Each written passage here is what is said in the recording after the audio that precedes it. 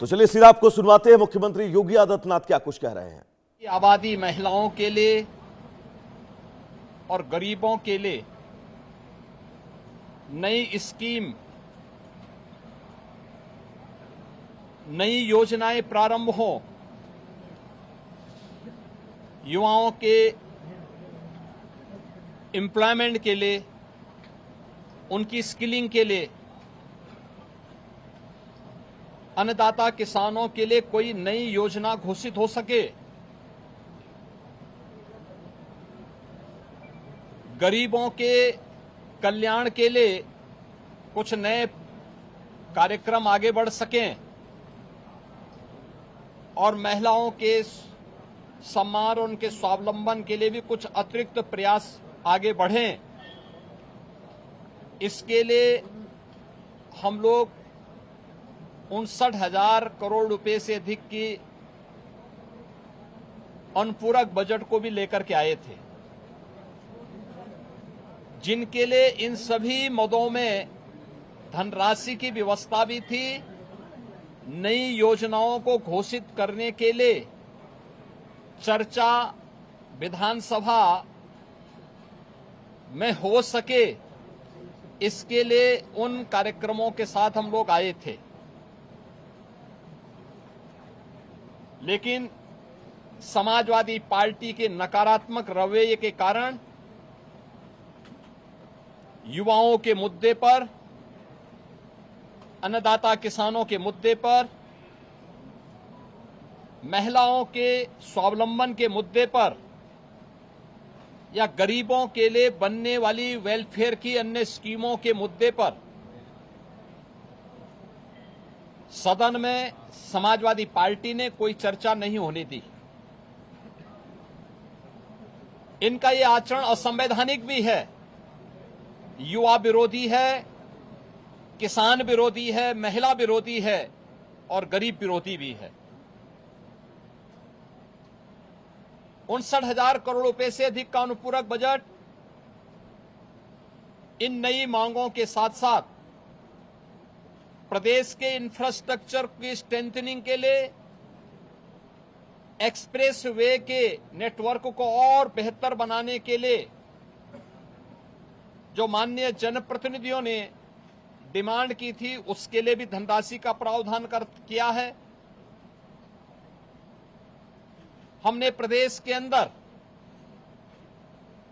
उस तबके के लिए जो अब तक प्रदेश के विकास में मजबूती के साथ लगकर के काम कर रहा था, आंगनवाड़ी, आशा वर्कर, रसोइया, ग्राम चौकीदार,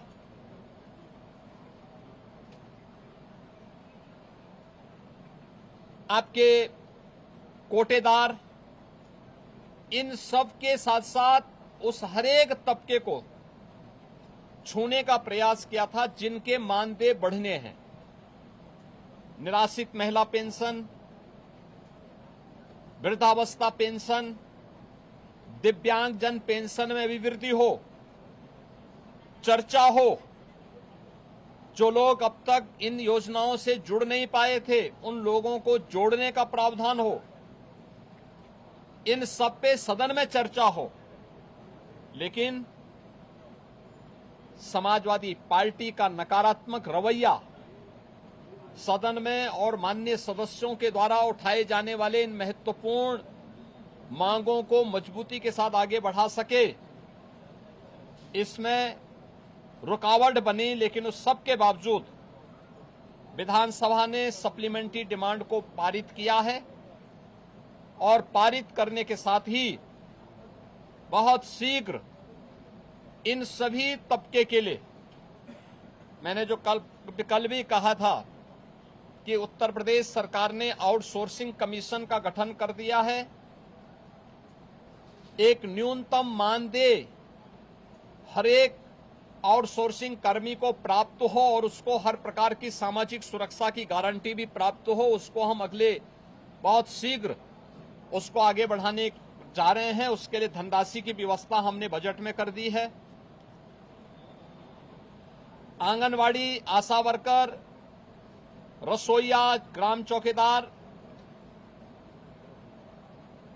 या कोठेदार, इन सब के इंसेंटिव और इनके मानदेय को बढ़ाने के लिए भी धनराशि की व्यवस्था हम लोगों ने बजट में की हुई है और उसको भी हम अब विधानसभा से बजट पारित होने के उपरांत विधान परिषद में पारित होगा। विधान परिषद से पारित होने के उपरांत फिर इस बजट को हम लोग अलग अलग कार्यक्रमों के माध्यम से उस तबके तक पहुंचाने का काम भी करेंगे। समाजवादी पार्टी का यह चरित्र इस तबके को अपमानित करने वाला है, जो अल्प मानदेय प्राप्त करने के बावजूद प्रदेश के विकास के लिए और 25 करोड़ जनता जनार्दन की सेवा के लिए पूरी प्रतिबद्धता के साथ कार्य कर रहे हैं। इससे पहले भी इन्होंने शिक्षा मित्रों के भविष्य के साथ खिलवाड़ किया था। हमारी सरकार ने शिक्षा मित्रों के मानदेय को 10,000 से बढ़ा करके 18,000 किया है। पहले 3,000 ये मानदेय मिलता था, हमने 3,000 से 10,000 किया, 10,000 से 18,000 किया और उन्हें 5 लाख रुपए की कैशलेस की सुविधा भी उपलब्ध करवाई। अनुदेशकों को प्रदेश में 9,000 मिलता था, उन्हें 17,000 रुपए उनका मानदेय किया और उन्हें कैशलेस की सुविधा भी उपलब्ध करवाई। बेसिक, माध्यमिक, उच्च शिक्षा से जुड़े हुए जितने भी शिक्षक हैं, इनके मानदेय को इनको कैशलेस की सुविधा उपलब्ध करवाई। अन्य तमाम तबके के लिए बेहतरीन स्कीम को लेकर के, योजनाओं को लेकर के हम सप्लीमेंट्री डिमांड्स में आए थे और इन सब के साथ साथ सामाजिक न्याय के लिए अपना जीवन समर्पित होने वाले उन सभी महापुरुषों के लिए, जिनमें बाबा साहब भीमराव अंबेडकर हैं,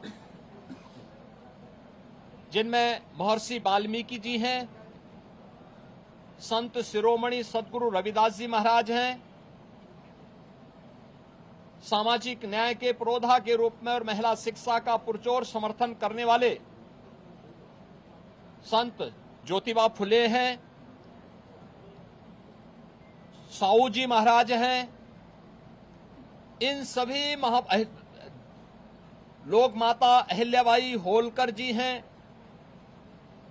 इन सब के बारे में भी हम लोगों ने इस बजट में चूंकि प्रावधान किया है 407 करोड़ रुपए उनकी मूर्तियों पे छाजन लगाने और सुरक्षित पार्क के लिए, बाउंड्री वाल के लिए इतनी धनराशि की व्यवस्था इस सप्लीमेंट्री डिमांड्स में थी, वह न पास हो, इसके लिए समाजवादी पार्टी ने लगातार सदन की कार्रवाई को बाधित किया, लगातार व्यवधान पैदा करने का लगातार प्रयास किया।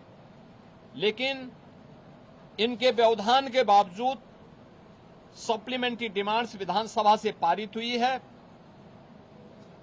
विधानमंडल से पारित होने के उपरांत ये सभी कार्य तय सीमा के अनुरूप आगे बढ़ेंगे और सामाजिक न्याय के सभी पुरोधाओं को, सभी महापुरुषों को भी सम्मान मिलेगा। समाजवादी पार्टी के दोहरे चरित्र के खिलाफ, जो दलित विरोधी है, पिछड़ा विरोधी है, युवा विरोधी है, किसान विरोधी है, महिला विरोधी है, गरीब विरोधी है, इन सब चेहरे का उजागर आज उत्तर प्रदेश सदन ने किया है कि इन लोगों का चेहरा और लोकतांत्रिक और संवैधानिक और इस पूरे तबके के साथ अन्याय करने वाला रहा है, अनर्थ करने वाला रहा है। समाजवादी पार्टी के इस अलोकतांत्रिक और संवैधानिक व्यवहार को, जो शर्मनाक व्यवहार लगातार सदन में देखा गया है, हम इसकी निंदा करते हैं और प्रदेशवासियों को इस बात के लिए आश्वस्त करते हैं कि डबल इंजन की एनडीए सरकार ने पिछले 9-9.25 वर्ष के अंदर जिस प्रतिबद्धता के साथ समाज के प्रत्येक तबके के हितों के लिए कार्य किया है, उसी प्रतिबद्धता के साथ यह अभियान बिना रुके, बिना डिगे, बिना थके आगे बढ़ेगा। बहुत बहुत धन्यवाद। तो मुख्यमंत्री योगी आदित्यनाथ को आप सुन रहे थे, जिन्होंने तमाम मुद्दों को लेकर पत्रकारों से बातचीत की और मानसून सेशन के दरमियान यह बातचीत समाजवादी पार्टी को लेकर भी उन्होंने बड़ा हमला बोला। शिक्षा मित्रों की सैलरी बढ़ाए जाने को लेकर भी उन्होंने महत्वपूर्ण जानकारी मीडिया के सामने साझा की।